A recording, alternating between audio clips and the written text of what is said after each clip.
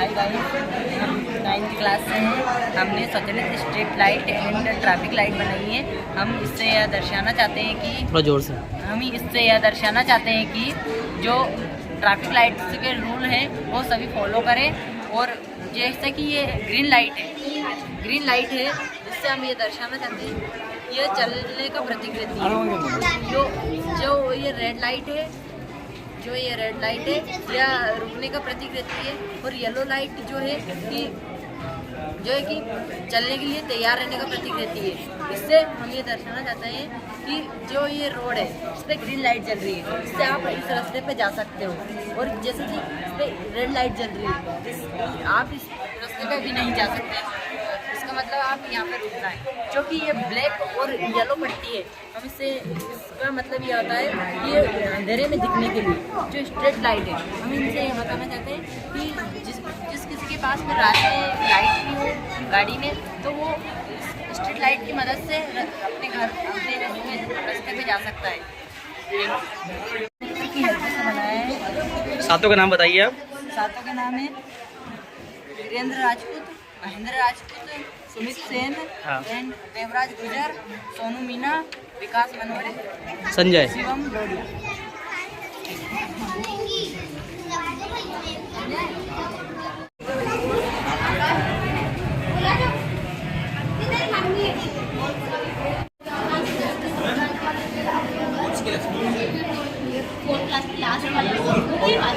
बताएं आपका। My name is Tushar Atle. I study class 9.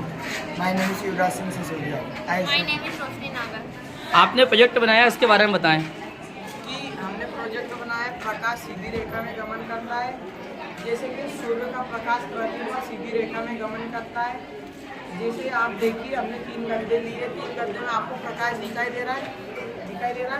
हाँ जिसको इस बीच वाले गड्ढे को हमने एक साइड किया तो आपको नहीं दिखाई दे रहा है। हाँ इसको वापस किया तो दिखाई दे रहा है। हाँ। इससे हमारा कहने का मतलब यूँ है कि कभी भी प्रकाश आड़ी टेढ़ी दिशाओं में गमन नहीं करता है, वो सीधी रेखा में गमन करता है। My name is Aksha Khan. My study class in the 4th. My name is Roshna. In the class 4th.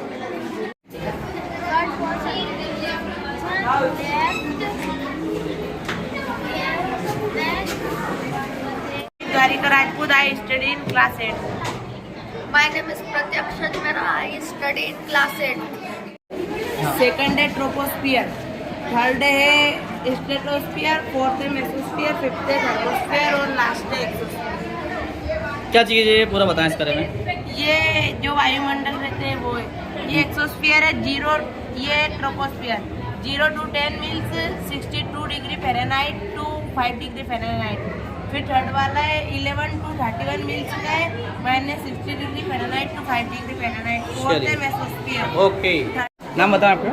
My name is Sandeep Royal. I study in class 5. He is my friend Anuj Rajware. My project topic is a digestive system. Digestive system की process अपने मुंह से start हो जाती है। सबसे पहले अपन खाने का एक टुकड़ा लेके अपने मुंह में रखते हैं, फिर वो दांतों की मदद से उसे छोटे छोटे आकारों में बदल देता है। फिर वो सलाइवा यानी लाल उसमें मिक्स करने के लिए टंग के अपन यूज़ करते हैं। फिर वो जाता है खाना अपने इसोफेगस के जरिए स्टोमच में वो 2 से 3 घंटे डाइजेस्ट होता है। डाइजेस्ट होने के बाद हो जाता है लार्ज इंटेस्टाइन वो गदाई की तरह उसे सोख लेता है। जो बच जाता है वो जाता है स्मॉल इंटेस्टाइन में। स्मॉल इंटेस्टाइन जो वेस्ट मटेरियल देता है उसको अलग कर देती है। जो अपने इम्यूनिटी की चीज़ें रहती है, जैसे बॉडी को पूरी इम्यूनिटी की ज़रूरत रहती है, वो उसे रख लेती है। और जो बच जाता है वो एनएस के थ्रू बाहर हो जाता है। Thank you. My name is Shlok Prajapati. Is my friend Amit Sonia. Is my friend Aziz Khan. Our topic is the organ system. Organ 2 type के होते हैं, internal organ, external organ. Internal organ brain, oesophagus, heart, kidney, large intestine, small intestine, anus. और external organ जो होते हैं जिन्हें हम देख सकते हैं eyes, nose, teeth, leg, stomach, ear, बहुत सारे organ system, nervous system, digestive system, respiratory system, circulatory system, excretory system, skeletal system, muscular. Nervous system के मेन पार्ट होकर brain, blood spinal cord, digestive system जो हमारे खाने को पचाता है, और रेस्पिरेटरी सिस्टम जो हम सांस छोड़ते हैं, सर्कुलेटरी सिस्टम हम सांस लेते हैं, और रेस्पिरेटरी सिस्टम का काम है हम सांस को लेते हैं फिर छोड़ते हैं, और स्केलेटल सिस्टम जो हमारे बोन है उसको मजबूत करता है, मस्कुलर सिस्टम जो हमारा ब्लड है उसको हड्डियों को मजबूत करता है। My name is Pooja Meena, class 7 subject maths, और ये केमिस्ट्री का प्रोजेक्ट है। माय स्कूल नेम इज़ आपके सहयोगी? दीपिका राजपूत, और school name is unique school of modern education. हमने केमिस्ट्री का अबव प्रिंसिपल्स रूल्स बनाए हैं। ये सबसे नंबर से ये, और क्या बोलते हैं, ये सिम्बॉल्स है S, P, D, F, और S को 2 से डिनोटेट करते हैं, P को 6 से, D को 10 से, F को 14 से। और अब ऐसे सबसे नंबर कैसे बनते हैं, ये तो इलेक्ट्रॉन से ऐसे बनते हैं। 1 पे S है, फिर 2 पे S P है, 3 पे S P D है, 4 पे S P D F है, और 5 पे S P D, और फिर 6 पे S P, और 7 पे S है। और ये इसे किसी साइंटिस्ट ने नहीं बनाया है, ये एक जनरल वर्ड है। Thank you. My name is Deepika Rajput, class 11 chemistry project. ये अबव प्रिंसिपल है, ये केमिस्ट्री का एक सिद्धांत है। इस सबसे नंबर है 1, 2, 3, 4, 5, 6, 7। इन्हें इलेक्ट्रॉन डिस्ट्रीब्यूशन होता है। ये एलिमेंट से S, P, D, F, ये इलेक्ट्रॉन की कैपेसिटी है 2, 6, 10, 14। इनको डिनोट करते हैं 1S, P, 2S, P यहाँ से, ये 2P, फिर 3S, 3P, जब ये 4S, 4P, फिर यहीं से ये 5S, फिर 4D।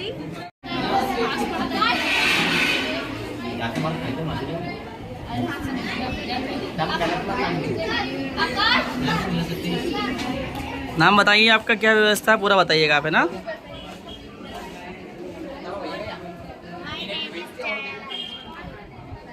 ये ज्वालामुखी है, जब धरती का टेम्परेचर ज़्यादा होता है तो ये फटता है, इसमें से लावा निकलता है। ज्वालामुखी विस्फोट कम भूस्खलन मृदा के भाप जैसे गरज पड़ते हैं। ज्वालामुखी से क्या क्या है? मेरा नाम दिव्यांशी दुबे है, मैं कक्षा 5वीं की विद्यार्थी हूँ। मेरा नाम है निकिता चौरसिया, मैं कक्षा 5वीं की विद्यार्थी हूँ। मेरा नाम लोकेंद्र सिंह परमार है, मैं कक्षा 5वीं में पढ़ता हूँ। आपने क्या प्रोजेक्ट बनाया है? हमने विषय हिंदी का प्रोजेक्ट बनाया है, बढ़े चलो कविता। अब हम आपके सामने ये प्रस्तुत करेंगे। वीर तुम बढ़े चलो, धीर तुम बढ़े चलो, हाथ में ध्वजा रहे, बाल दल सजा रहे, ध्वज कभी झुके नहीं, दल कभी रुके नहीं। वीर तुम बढ़े चलो, धीर तुम बढ़े चलो, रात हो कि रात हो, संग हो न साथ हो। से बढ़े चलो, चंद्र से बढ़े चलो, वीर तुम बढ़े चलो, धीर तुम बढ़े चलो। एक ध्वज लिए हुए, एक प्रण किए हुए, मातृभूमि के लिए, पितृभूमि के लिए, यत्न कर निकाल लो, रत्न पर निकाल लो। वीर तुम बढ़े चलो, धीर तुम बढ़े चलो। इससे क्या प्रेरणा मिलती है, आप बताएं? इससे ये प्रेरणा मिलती है कि सिंह और पहाड़ से हमें कभी भी नहीं डरना चाहिए, और निडर होकर उनका सामना करना चाहिए, और कभी झुकना नहीं चाहिए। पॉइंट बताएं। Myself Meena Meghwal, class 12 subject bio. My school name unique school model of education Pachore. आपका नाम बताएं। My name is Palak Vijayvargi, class 12 subject bio. My school name is unique school of modern education. My name is Sadhu Vishwakarma, class 12 biology. My school name is unique school of modern education. Myself Payal Vijayvargi, I study in class 12th। My subject bio, project human reproduction. किस class के student हैं आप? 12th class. 12th class के। क्या बनाया आपने? हाँ बताएं। Main respiratory system. बताएं कैसे चलता है पूरा सिस्टम इसका? यहाँ जब श्वसन तंत्र है, यहाँ जब वायुमंडलीय वायु को ग्रहण करते हैं तब कार्बन डाइऑक्साइड मुक्त होती है। कोशिका झिल्ली के आसपास गैसों का अभाव होता है, इस रक्त द्वारा गैस प्रभावित होती है। जब कार्बन डाइऑक्साइड को छोड़ते हैं तो इसमें ऑक्सीजन उत्पन्न होती है। जब सांस लेते हैं तब ऑक्सीजन ग्रहण करते हैं। जब ये पंपिंग करने लगता है और इसके द्वारा कार्बन डाइऑक्साइड मुक्त होती है।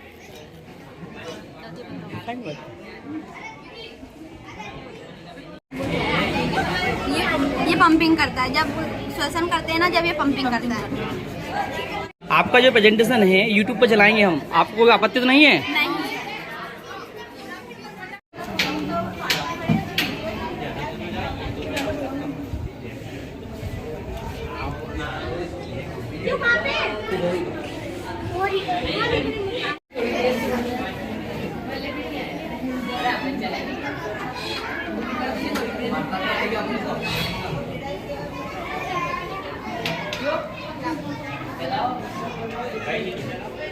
Good afternoon sir, welcome to unique school.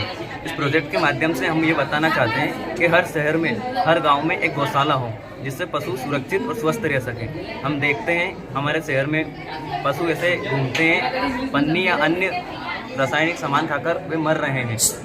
अगर उनके लिए एक सुरक्षित स्थान होगा रहने का तो वे सुरक्षित और स्वस्थ रह सकते हैं। हमारे शहर पचौर में भी एक भी गौशाला नहीं है, तो हम सरकार से निवेदन करते हैं कि वे एक अच्छी गौशाला बनाएं जिससे सभी पशु वहाँ सुरक्षित एकाग्र होकर सुरक्षित रह सके।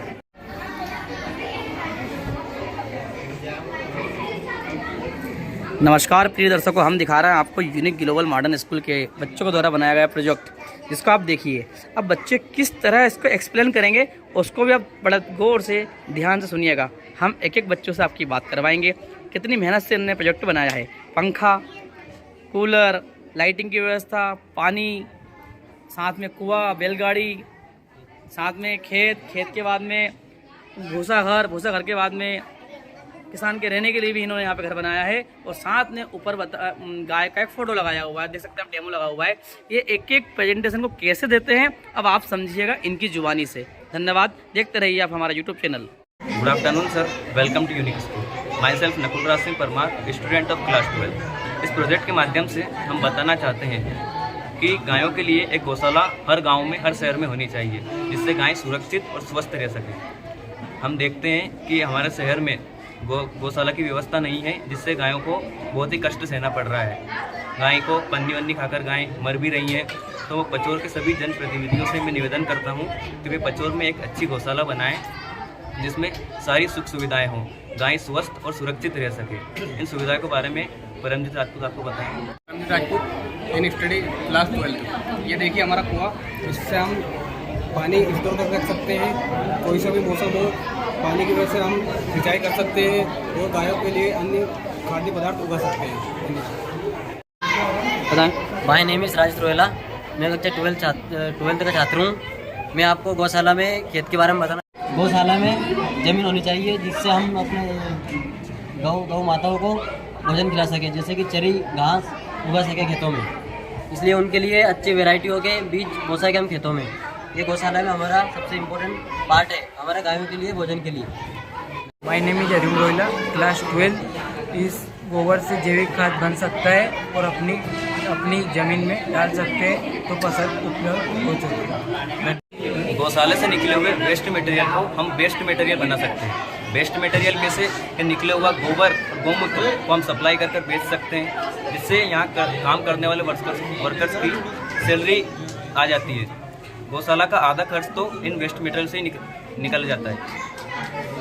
मैं सेल्फ कपिल नायक और क्लास 12। जैसे कि देखा जाए तो हमारी गौशाला में अनेक पंखे व कूलर, ये कूलर है और रखा जाना चाहिए। इसलिए इससे हमारी गौशाला में मच्छरों को वो पता नहीं होता है, मच्छर नहीं काटते। और मच्छर काटते तो हमारी गायों को, पशुओं को बहुत सारी बीमारियों का सामना करना पड़ता है। इसलिए हमने एक कूलर और अनेक प्रकार के पंखे हमारी गौशाला में होना चाहिए। सर ये हमारा फर्स्ट है, हाँ, जो हमारा हॉल है, इसमें भूसा भरने का सामान रखते हैं। सेकंड हमारा मीटिंग हॉल है जहाँ पर मीटिंग की जाती है।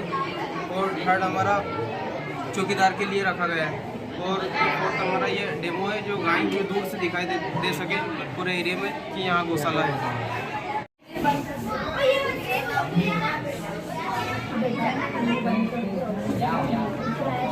My self Prithviraj Singh Parmar, I am student of 12th class. मैं बताना चाह रहा हूँ हमारी बैलगाड़ी के बारे में। हमारे आधुनिक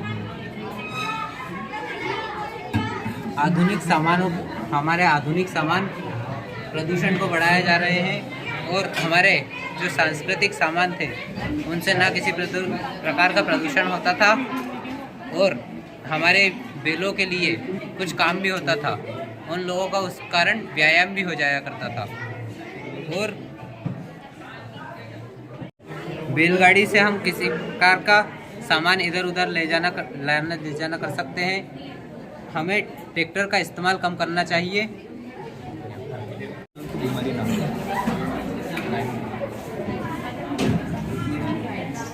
my self Durgesh Rohila, class 12 subject bio, unique school of modern education.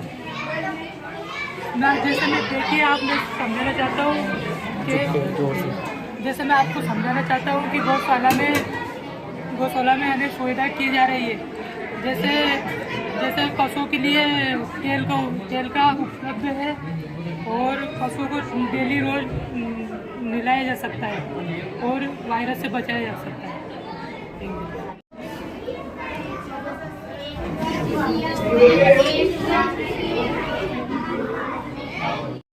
हमारी गौशाला के अंदर एक अस्पताल का इंतजाम किया गया है जिसमें डॉक्टर्स हैं जो प्रतिदिन गायों का चेकअप कर सके, उनको हर बीमारी से बचाया जा सके।